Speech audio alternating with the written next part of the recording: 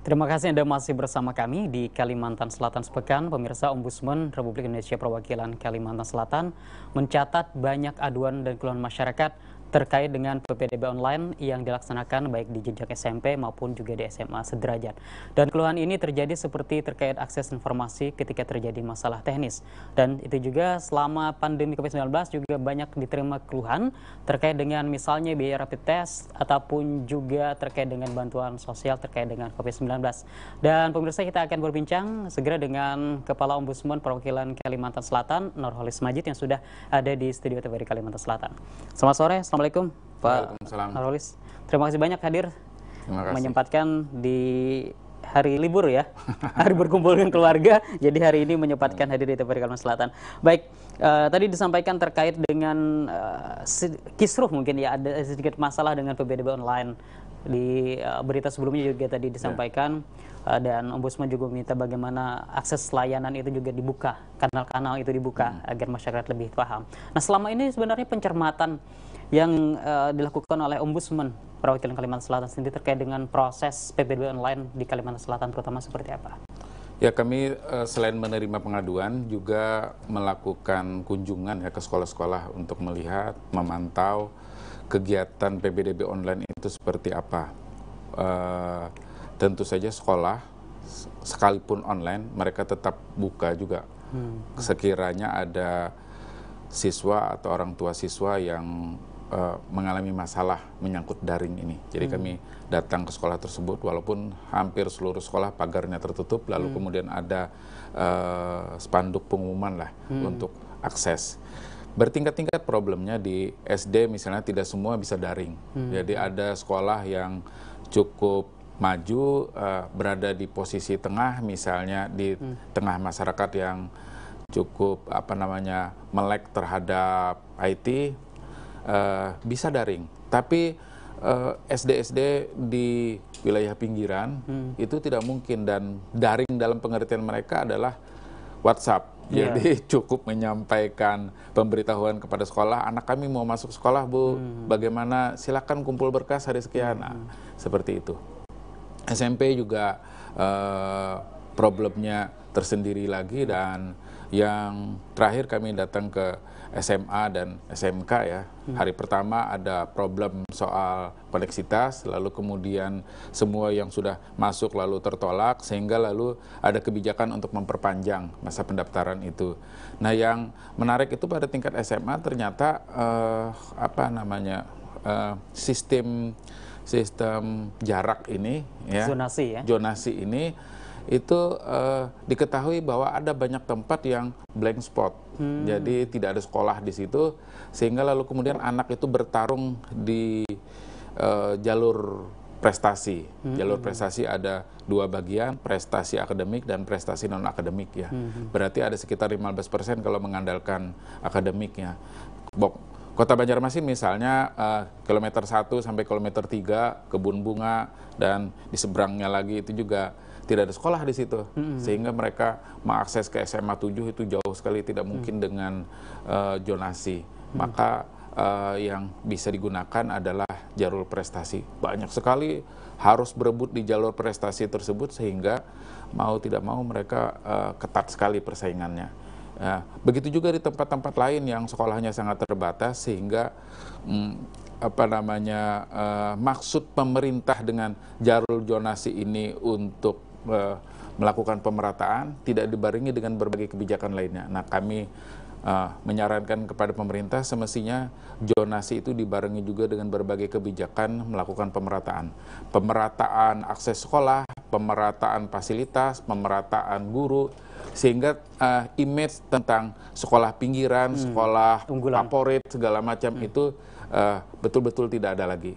Nah, sehingga orang aman sekolah yang dekat dengan tempat tinggalnya. Baik, jika kita evaluasi, Ombudsman tentu menerima keluhan-keluhan PPDB online sejak beberapa tahun yang lalu. Jika kita evaluasi, kita bandingkan dengan tahun sebelumnya, Yang tahun ini seperti apa? Nah, kondisi tahun ini kan karena ada COVID ya, lalu kemudian maksimal sekali daring itu. Iya. Tapi kan pengetahuan masyarakat soal daring itu juga sangat terbatas. Dan sementara sebahagian besar keluhan itu ketika kami tanya kenapa masalahnya, karena kanal-kanal dari Dinas Pendidikan itu tidak cukup mengakomodir keluhan-keluhan mereka. Karena syarat di Ombudsman sebelum orang komplain menyampaikan ke Ombudsman, kami menyampaikan komplain dulu ke instansinya. Nggak bisa Pak, kami tidak bisa komplain. Nah, maka lalu kemudian problem keluhan yang tidak tersalurkan itu masuk ke Ombudsman. Kami komunikasi juga dengan WW Lapor ya. Lapor Paman kalau di tingkat provinsi, lalu Lapor Banjarmasin kalau di tingkat kota. Itu juga mulai naik laporan masyarakat menyangkut PBDB ini yang disalurkan melalui lapor. Jadi artinya Dinas Pendidikan harus membuka kanal-kanal pengaduan dalam rangka mengakomodir keluhan-keluhan masyarakat. Hari terakhir kemarin itu masih ada SMP yang kekurangan siswa misalnya, ya. Maka lalu solusi-solusinya harus dicarikan dan bagaimana. Apakah setelah PPDB online ini akan ada lagi jalur offline? Maka itu tidak mungkin di masa pandemi ini karena bukan karena kita ingin teknologi, tapi di masa pandemi ini kan kita menghindari orang berkerumun sehingga penularan virus corona tidak masif terjadi. Baik, jika tadi mungkin lebih banyak keluhan masyarakat, tapi tadi Pak Nurul Ismail juga menyinggung tentang sekolah yang tidak ada yang kota yang mereka targetkan malah tidak terpenuhi. Artinya juga ada keluhan-keluhan dari pihak sekolah. Apakah ini juga diserap oleh Ombudsman? Betul, karena itu tadi pemerataan sekolah itu tidak sama. Ada sekolah yang jumlahnya banyak, jumlah penduduknya sedikit, sehingga lalu kemudian kan jumlah siswa yang sedikit ini terserap di banyak sekolah. Ada jumlah penduduk banyak, sekolahnya tidak ada. Nah, sementara kanal yang tersedia itu adalah yang utama itu zonasi. Jadi 50% diserap melalui jalur zonasi dan sisanya itu prestasi dan lain-lain. Nah, ketika di sekolah itu terdiri dari beberapa sekolah dengan jumlah penduduk yang terbatas, maka tentu saja jumlah penduduk tadi tersebar. Apalagi di situ misalnya ada sekolah swasta yang sudah mulai favorit, digemari orang, maka sudah pasti sekolah-sekolah negeri itu kekurangan. Artinya ada dua sisi, selain dari masyarakat, juga dari pihak sekolah juga ada keluhan-keluhan dari mereka. Nah, terkait dengan sistem aplikasi, sepertinya apakah tidak ada SOP dari tahun ke tahun yang mungkin sudah dibakukan dalam proses PPDB online ini? SOP ada karena lalu kemudian diturunkan melalui peraturan-peraturan daerah ya, untuk agar supaya ada panduan bagi sekolah, bagi panitia. Dan di tiap-tiap sekolah juga ada kepanitiaan untuk penerimaan siswa ini. Jadi SOP itu sudah ada, tapi problemnya kadang-kadang ada problem teknis dan problem yang mendasar agak lambat untuk dibenahi menurut saya lah. Itu adalah soal distribusi tadi. Jadi ketika zonasi itu menginginkan pemerataan, maka harus dilakukan pemerataan sisi lainnya juga. Jadi guru yang terbaik harus merata ada di semua sekolah. Fasilitas bagi sekolah-sekolah itu harus dilakukan pemerataan juga. Lalu kemudian sarana prasarana harus dilakukan pemerataan. Dan lebih jauh lagi, pemerintah harus melakukan pemetaan daerah-daerah baru, perkembangan perumahan baru yang tidak ada sekolahnya, mesti dibangunkan sekolah-sekolah. Kita bisa bayangkan misalnya jalan menuju bandara, di situ kan sudah mulai terbuka tuh perumahan-perumahan, tapi sekolahnya tidak ada di situ. Nah, kemana orang sekolah? Kalau dia memilih jalur zonasi, tentu dia akan tersingkir dengan orang yang dekat dengan sekolah. Maka jalur prestasi, ketika dia tidak punya prestasi, kemana dia sekolah? Terpaksa mereka masuk ke sekolah-sekolah yang mungkin swasta yang tidak terlalu diharapkan oleh mereka karena tidak terakomodir apa yang mereka inginkan.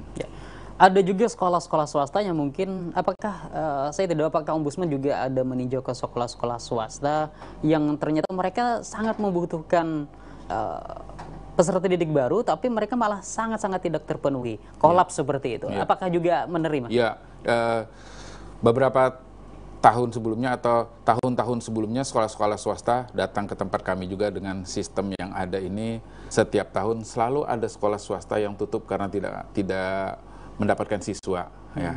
Tahun ini misalnya SMK itu sudah memberikan alternatif pilihan ketiga itu sekolah swasta. Jadi kalau pilihan pertama tidak bisa masuk, pilihan kedua tidak bisa masuk, pilihan ketiganya sekolah swasta.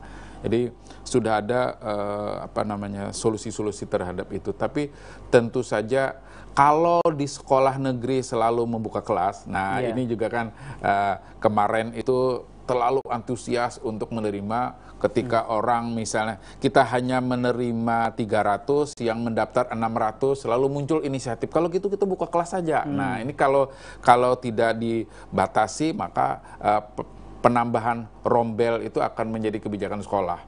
Dan waktu itu ada sekolah-sekolah yang memaksakan diri menggunakan musola sebagai ruang belajar, laboratorium menjadi ruang belajar atau perpustakaan menjadi ruang belajar. Nah, itu yang dilakukan. Menurut saya mesti ada ketetapan bagi sekolah-sekolah itu dan tahun ini sudah ada ketetapan berapa mereka harus menerima dan kalau sudah terpenuhi kuotanya, silakan pilih sekolah swasta, agar sekolah swasta juga tidak mati. Bersamaan itu, sekolah swasta harus meningkatkan kualitasnya. Nah, kalau sekolah swasta tidak meningkatkan kualitasnya, tentu saja dia sulit bersaing dengan sekolah negeri. Maka dukungan pemerintah, support dari pemerintah agar sekolah swasta bisa berkembang, termasuk dalam hal ini adalah pendanaan, harus juga dilakukan. Karena tugas mereka juga mencerdaskan kehidupan bangsa. Ya, baik. Dari PPDB Online, apakah ada rekomendasi dari Ombudsman kepada Dinas Pendidikan dan Kebudayaan untuk level SMA SMK dan juga untuk Dinas Pendidikan di level pemerintah daerah kabupaten kota? Ya, kami sudah merumuskan beberapa rekomendasi ya. Nanti akan kami sampaikan kepada Dinas Pendidikan. Intinya itu secara teknis memang harus disiapkan. Yang kedua itu dukungan kepada masyarakat agar mereka lebih mudah. Daring ini tidak sekedar kuota, tapi juga pengetahuan terhadap daring itu sendiri. Jadi harus ada semacam LAN yang terbuka untuk masyarakat berkonsultasi ya terhadap persoalan ini. Yang kedua, kami mengusulkan agar ada kebijakan pemerataan tadi, terutama sekolah. Bangunlah sekolah-sekolah di wilayah yang tidak ada sekolahnya, sehingga tujuan pemerintah melakukan pemerataan di seluruh wilayah bahwa sekolah itu tersedia, maka itu akan tercapai. Nah, ini saya kira antara pemerintah dengan DPR harus bekerja sama melakukan pemetaan daerah-daerah mana yang harus ada sekolah itu. Baik. Baik, dan ini tersebar bukan hanya di Kota Banjarmasin. Bukan hanya di Kota Banjarmasin, tapi juga di seluruh kabupaten kota. Dan menurut kacamata para kepala sekolah ya, sistem zonasi ini hanya tepat di wilayah perkotaan. Di wilayah kabupaten masih belum tepat karena pemerataan sekolah itu sama sekali tidak merata. Seluruh sekolah SMA hanya ada di ibu kota kecamatan. Sementara yang jauh-jauh dari kecamatan tidak ada SMA. Jadi kalau sistem zonasi tetap diterapkan, yang jauh dari pusat kecamatan tetap tidak akan bisa masuk di SMA negeri. Jadi itu yang harus dipikirkan tentang pemerataan keberadaan sekolah itu, distribusi sekolah baru. Baik, sekarang kita terkait keluhan publik yang lain. Ya. Tadi disampaikan ada terkait dengan rapid test, kemudian juga ada bansos yang dikeluhkan juga terkait dengan masalah pandemi COVID-19 ini. Kita mulai dengan rapid test. Masalah apa sih dengan rapid test? Masyarakat mengeluhkan ya mahal sekali, sehingga ketika ada kebijakan kalau kita mau perjalanan dinas kita harus rapid test dulu dan itu berlaku 14 hari, sementara biaya untuk melakukan itu cukup mahal, bahkan lebih mahal biaya rapid daripada tiket gitu ya, keluhan masyarakat. Nah, kami menyorotinya kalau itu merupakan kewajiban, logikanya dalam satu kebijakan, maka kewajiban yang berimplikasi pada biaya itu harus ditanggung oleh pemerintah. Karena pemerintah mewajibkan. Pemerintah mewajibkan wajib belajar 9 tahun. Maka seluruh implikasi dari kewajiban yang menimbulkan biaya harus ditanggung oleh pemerintah. Karena itu kan sekolah SD, sekolah SMP tidak ada biayanya. Karena pemerintah mewajibkan. Kita diwajibkan pakai helm. ya kan? Wajib helm. Setiap berkendaraan, helm mesti tersedia, include menjadi bagian dari kendaraan itu sendiri, karena helmnya diwajibkan. Nah, begitu juga kalau pemerintah mewajibkan rapid test, maka pemerintah harus menyediakan rapid itu. Karena tujuan pemerintah kan untuk melindungi masyarakat. Rapid itu sendiri untuk memastikan melindungi masyarakat yang tertular COVID, lalu kemudian agar supaya ini tidak tertular dengan yang lainnya. Nah, upaya pemerintah untuk melindungi masyarakat itu tentu saja berkonsekuensi kepada biaya. Tidak bisa dibebankan kepada orang tersebut. Dan ini sudah disuarakan oleh Ombudsman Republik Indonesia di pusat, dan ketika pemerintah mewajibkan itu lalu kemudian ini tidak ditanggung biayanya, maka akan ada pihak-pihak tertentu yang diuntungkan atas persoalan ini, Jadi dia akan diuntungkan, maka ketika ada yang diuntungkan, nah ini kebijakan menjadi bermasalah.